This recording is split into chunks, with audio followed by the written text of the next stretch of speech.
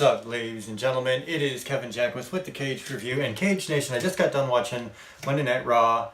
It's for March the 12th, 2018. And I have to say that they've had a lull in the last couple of weeks. They've been doing a lot better, I'd say in the last couple of months, compared to what they used to be doing. It seems like Raw and SmackDown have traded places. Raw's gotten a lot better. SmackDown has really dropped the quality. But even with Raw, the last couple of weeks, there was a couple of lulls in there where it wasn't quite as good as I think it should be heading towards WrestleMania. And I do think this show picked up the pace again. Had some really, really good moments, actually. It's so hard for me because I was such a big fan of the Attitude Era, and I think most people agree that it's just not the same product anymore, and the quality has gone down for whatever reason. But it's just a different product, I think, nowadays. And so I try to look at things objectively. And so there are a couple of promos in here that I thought were absolutely phenomenal. And we'll get into those. But we start out with Kurt Angle comes out and he's talking about how he's going to enjoy beating Stephanie McMahon and Triple H at WrestleMania, and he goes into a spiel about Brock Lesnar not showing up again, and he starts really playing into it about, maybe he got lost in traffic, maybe he just didn't want to be here. And so they're kind of playing that bit up, and who knows why. I don't know if they're actually trying to build Roman Reigns as a face and doing it the old Stone Cold Steve Austin, facing against the Authority thing or what, but it really seemed today like that's the direction they're trying to take this. Like, they can't just build Roman Reigns' character as Roman Reigns. They're trying to build Roman Reigns' character as part Goldberg, part Stone Cold, part The Rock, part, not really being original with Roman Reigns, but trying to build him as something that's already worked before. The next John Cena. Like, honestly, guys, the guy's not going to come into his own until you let him be him. And I think that's important. And maybe that's part of what has been really holding Reigns back. Isn't necessarily Reigns himself, but it's the team behind Reigns making the wrong decisions. And I'm starting to see that now. Anyway, Roman Reigns comes down. He's like, so, Brock Lesnar, he hasn't been here 2 weeks in a row. So what kind of punishment is there going to be for Brock Lesnar? Clearly none. And then he starts talking about how Vince McMahon, Roman Reigns is, how Vince McMahon passed him in the hall and didn't let him know anything, and how disrespectful that was. So Roman Reigns says, I can kind of handle being disrespected by Brock Lesnar. He's an opponent, but I'll be damned if I'm going to be disrespected by Vince McMahon. Walks back to Vince McMahon in Gorilla, or whatever the hell it's called. I don't know. I guess Gorilla is the part where you're walking through, but back in the studio area, and confronts McMahon. McMahon says, cut, go to break. We'll talk about this in my office. Comes back from commercial, and Renee is standing outside of McMahon's office. She tries to get an interview with Roman Reigns. Walking out of the office, he doesn't say anything. McMahon comes out. Vince McMahon says, Brock Lesnar's not my boy. He's just a man of his own volition. He does whatever he likes. And Roman Reigns, he's talking about respect. What he did was disrespectful, so he's temporarily suspended. Clearly the match is still on for WrestleMania. McMahon said that, but he said for right now he's suspended.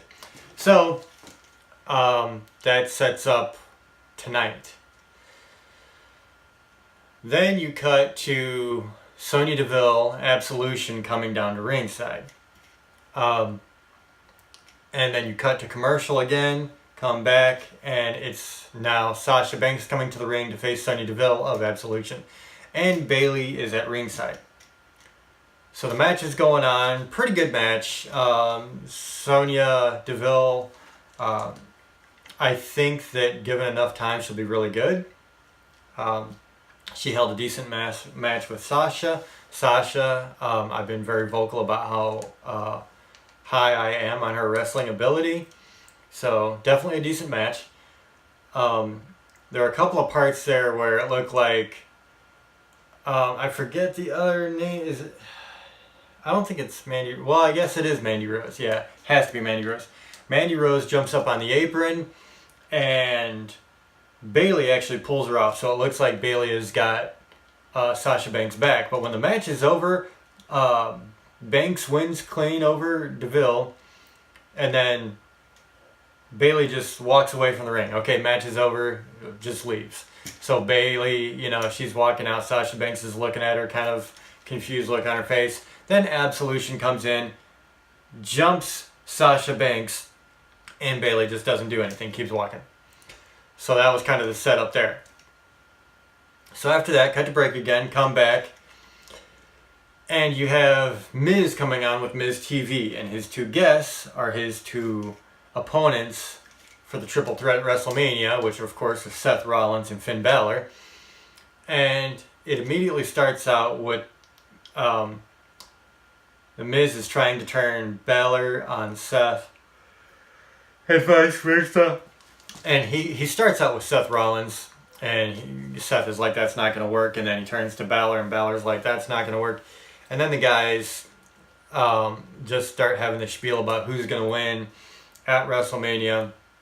And then Seth Rollins says, no offense, Finn Balor, but you don't have a chance. And then Finn Balor says, well, don't forget I beat you for the Universal Championship with one arm, because he dislocated his arm. So that's legit in a way. So that sets up with, they want to have a match later between Seth Rollins and Finn Balor. So that's what that leads up to. Then you have the Bar comes out. They're supposed to meet the Miztourage. And the Bar lately on social media has been, saying we beat everybody on Raw. There's no one left to beat. We need a challenger. So literally, like, every major tag team on Raw comes out and they start whooping down on the Bar. So I said, chill. Sorry, I'm tired. Been a long day. So you get that.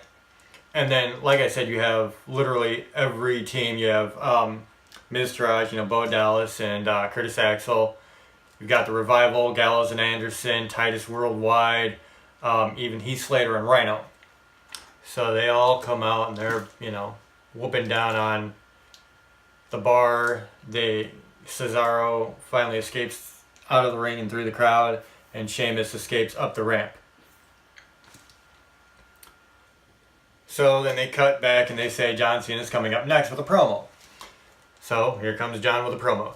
And I have to say, John Cena, say what you will about his in-ring ability or really anything else about him, his tired-ass shtick, which I'm starting to feel like it is very tired at this point. There's a lot of people who've had a lot to say for a very long time about Cena. I haven't. I've liked a lot of his matches. He's really good at the in-ring psychology part of it. He can pull off different moves. I've seen him do it. Code Red, the diving through the ropes. I've said that so many times now, and it holds true. Like, say what you want about Cena, he does try to expand, and he's not a one-trick pony for sure. But where he really strives is mic work. The guy is just second to none. There's very, very few people that can really compete with Cena. He gets on the mic and he starts giving this speech about how he figured out his road to WrestleMania, and it's going to be as a fan. He doesn't have a match.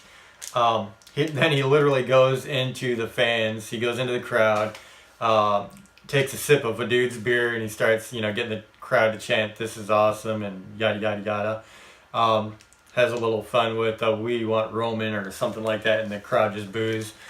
So, Cena's really good at playing the crowd. He's really, really good at getting people invested in things.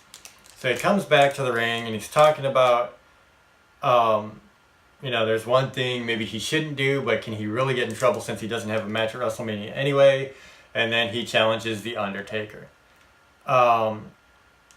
and he starts really taking digs at the Undertaker, saying, you're not too old, you're not this, you're not that, you're just lazy. Kind of really setting the tone. So you would have to assume at this point that Cena versus The Undertaker is going to be on at WrestleMania, because I don't see them starting that without it. So that's cool. I'll be honest, I'm not really excited about the match itself. I do believe Undertaker is way past his prime, and it's hard for him to have a good quality match now. Not that he, isn't good at the ring psychology or anything, but I mean, the guy is just at an age where his body is not allowing him to do what he wants to do, and I'm sorry, but that's just the way I see it. The crowd can cheer all they want, but when it comes to actually having a match that you want to see, I can't say that The Undertaker is part of that conversation anymore for me. And, he's a legend for sure. And the guy, he deserves his own wing in the Hall of Fame. But, it's just past the time when he should be in the ring, in my opinion. And so you have a 40-plus-year-old guy and The Undertaker, who I think is like 50-plus. I have all the respect in the world for him. Now, don't get that twisted, man. The guy, how can you not have respect for what he's doing in there to go in and have a match at, however old he is? I hate to say it like that, but it's just, nature takes a part at some point. So I don't know that I'm really excited about the match. But the promo tonight from Cena was amazing. It really was. I think he did everything exactly the way it needed to be done to get the crowd invested. He really hit some nerves. Just excellent. So then you cut to the bar and Kurt Angle. They're doing a backstage segment and they're saying, Kurt, what are you going to do? We just got jumped by all these teams. Kurt's like, well, you've been begging everybody on social media. You get what you ask for. And the bar's like, well, we asked for competition, not for us to get jumped by every tag team in the division. So Kurt Angle sets it up later where every other tag team on Raw is going to have a tag team battle royal. Whoever wins faces the bar at WrestleMania. Then they have kind of a pointless bit where Elias is in the ring. He's starting to do his song. He's not really singing. He strums the guitar a few notes. And then he's like, you know what, you don't deserve it, or whatever he said, and walks out. Thankfully, it was a very short bit. I just didn't really grab onto that one at all.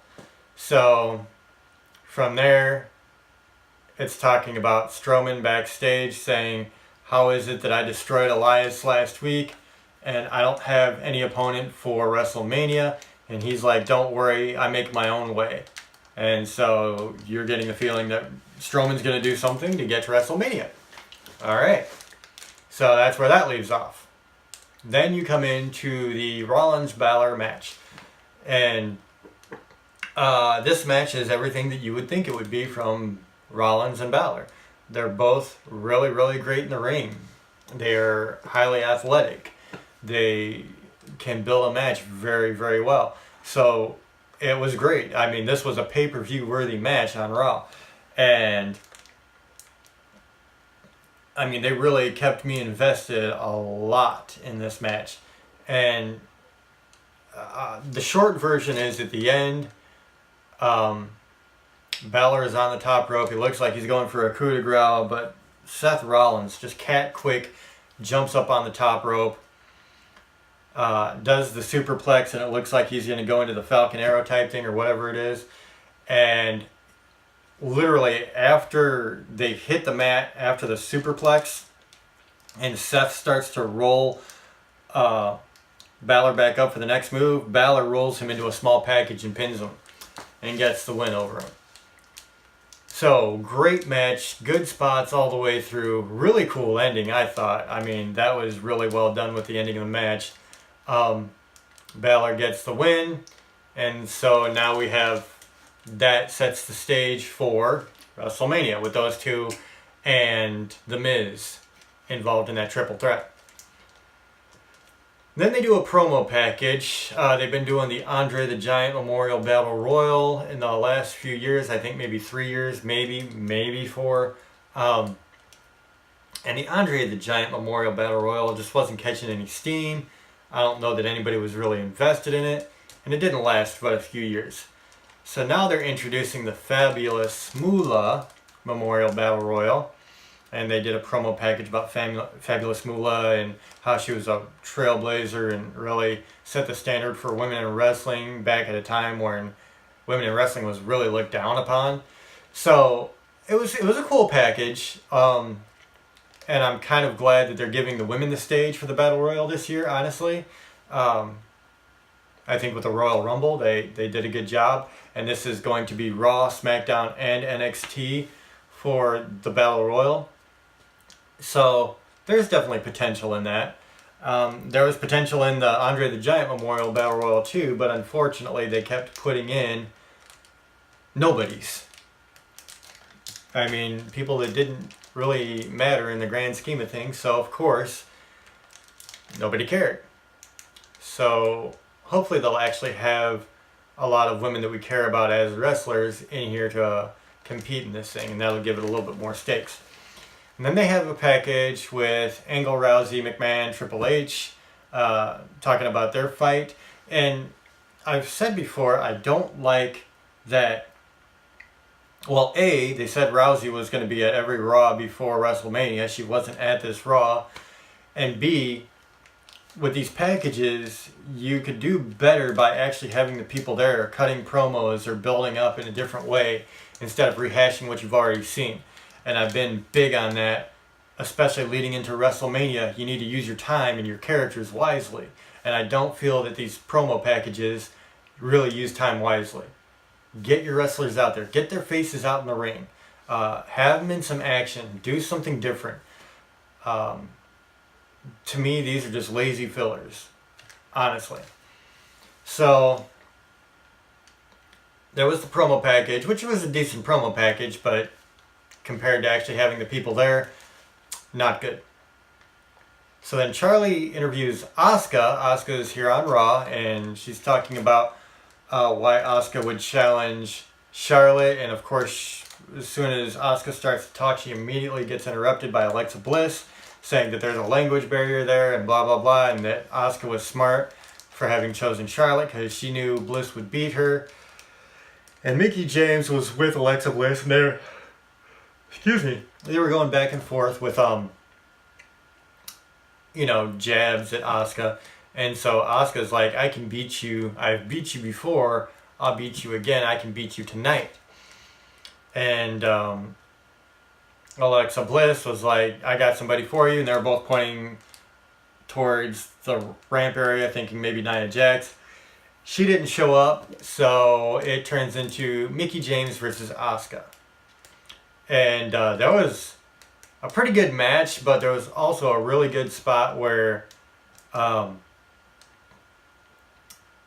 Mickie James does a power bomb on Asuka from the top rope, and it was like a last split second that Asuka cut up out of that. And so it was really good because the crowd really popped with that one. I mean, it was like, oh my God, are they actually going to have Mickie James pin Asuka? So there was that moment there. Yeah, it was pretty cool. Asuka comes back, of course. She gets the win. She gets that rear naked choke or whatever. And so Asuka gets the win. And now it's going to be Asuka versus Alexa Bliss next week. Then there was a package backstage where they had Bliss talking to Nia Jax after the Mickie James and Asuka match. So Bliss is talking to Nia Jax. She was asking Nia why she wasn't out there, blah, blah, blah. Trying to be all really super friendly with Nia Jax. And then, of course, making sure that Nia Jax is going to have her back next week when Alexa Bliss takes on Asuka. So Nia Jax says she's going to have her back. Cut to break, come back. It's Nia Jax in the ring against some local girl, nobody. It was a complete squash match. Lasted just a couple of minutes. And then you have one of the best bits in the entire show, which is Alexa Bliss and Mickie James. They're backstage and they're just don't realize the camera and mic is on. They're supposed to be doing an interview with Charlie.